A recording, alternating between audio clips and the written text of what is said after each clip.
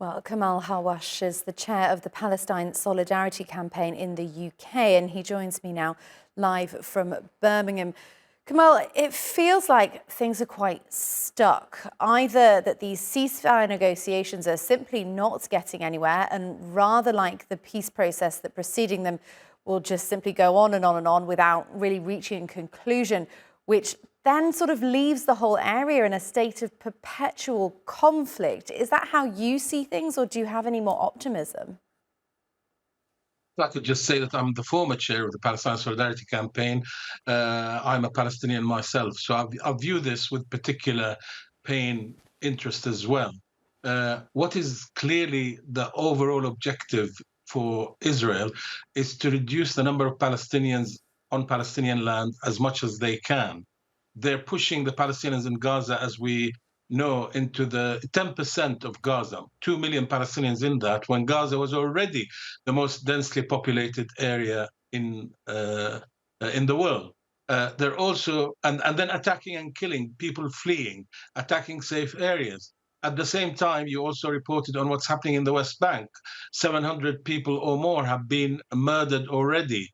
They're using aerial power. So this is all an attack on the Palestinian people. It is not an attack against the resistance, because if that were the case, we wouldn't have more than 40,000 Palestinians that have been killed in Gaza as well. So with that kind of environment, with the assassination of the head of Hamas, Ismail Haniyeh, in Tehran, how can we get to a peaceful situation? In addition to this, Netanyahu says they will not leave Gaza, the Israelis. He says that he will not end the war on the Palestinians. He's going to continue to occupy what's called the Philadelphia axis, which is basically the southern border with Egypt. Now, with all these things, what is there for the Palestinians to negotiate about? They want an end to this so that the lives of Palestinians can be spared. The Israeli public want this to end so that the hostages can be released. The person who's standing in the way is Netanyahu himself. I mean, there had been some rumours over the weekend that potentially Netanyahu might be willing to compromise, in particular in relation to the Philadelphia corridor. Do you believe those rumours, or do you think it's all bluster and that won't materialise? What is clear is that they're not going to leave it. He is talking about reducing the number of checkpoints, if you like. But really, we're coming up to a year very soon of this atrocity on the people of Gaza, these atrocities, daily atrocities. We need this to stop. These people have been pushed from one place to another. And I'll just remind your viewers, there has been no electricity in Gaza for 11 months.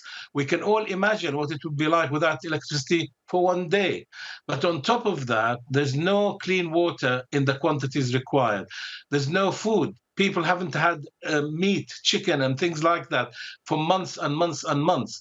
Children can't get treatment, or women, pregnant women in particular, to have their babies. This is an unbelievable situation in the sense that the world has left the Palestinians to themselves. This really is the Third World War, but it is the whole Western world against the Palestinians on their own, which is absolutely disgraceful and should stop. The First and Second World Wars then ended with armistices. And some people might say, given those atrocious conditions which you have described and which we have been covering for months here on TRT World, that perhaps this is a time for Hamas to simply bite the bullet, as it were, and accept terms that it's less than happy with. What would you say to that?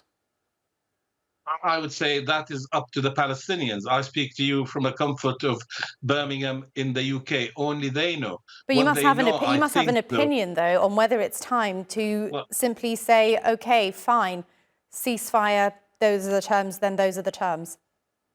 I think when I speak to Palestinians, they say, no, we need for the whole occupation to end. It's not about whether Hamas disappears. It's been there for years.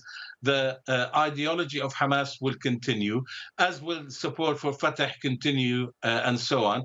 But the Israelis, just to explain to the viewers, have said they don't want to see even the Palestinian Authority go to Gaza. They don't want to see a Palestinian state. So let's not put the questions to the Palestinians and the various factions.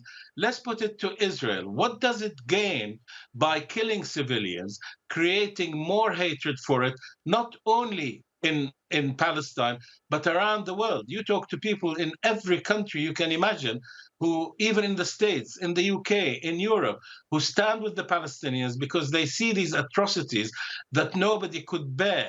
If people, as I said, had to go without the most basic human rights, they would be standing up to the aggressor, to the occupier in this case. And let me be clear, Israel is the source of instability in the Middle East.